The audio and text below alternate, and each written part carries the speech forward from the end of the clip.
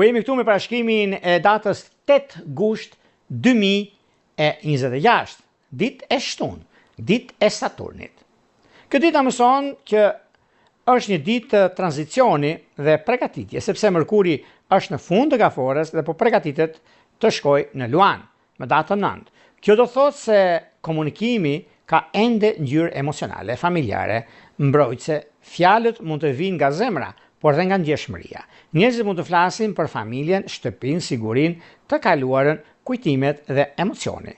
Por që nga sfondi energjia e Luanit po rritet gjithnjë e më shumë dhe komunikimi po pregatitet të bëhet më i dukshëm, më ndikues dhe krijues dhe shumë herë më i fortë. Sot është ditë ku duhet të dëgjohet intuita, por nuk duhet të merren vendime të nxituara nga nostalgjia. Mërkuri në fund të gafores mund të sjellë kujtime, biseda familjare, mesazhe nga kaluara, nevoja për të mbrojtur dikë ose për të thënë diçka të ndjeshme. Ndikimi më i madh është për gaforen, bëjtësjapin, dashin, peshoren, sidomos të dhjetëdhjetit të tretë.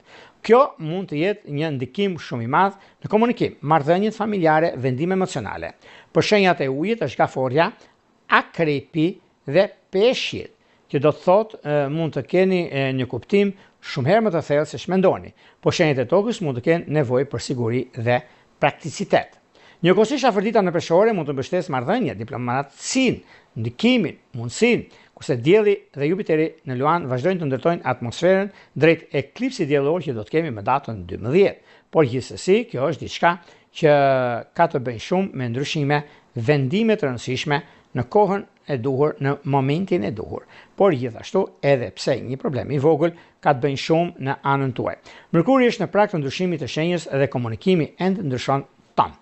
Për nënshkrime dhe marrëveshje, dita kërkon kujdes në çështjet lidhur me familjen, pronën, ndjenjat ose të kaluarën.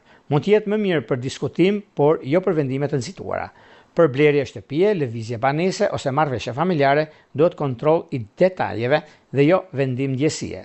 Duhet të shmangen vendimet emocionale, edhe gjëra që lidhen me të kaluarën mos t'i bëjmë në të sotshme sepse mund të mendojmë diçka dhe nuk realizohet. Sot duhet zemër, por dhe maturi dhe jo në mendje, nëse mbase po sikur, se këtu humbasim gjithmonë dhe nuk fitoj. Tani, para se të fillojmë me parashkrimin e kësaj dite, kaq të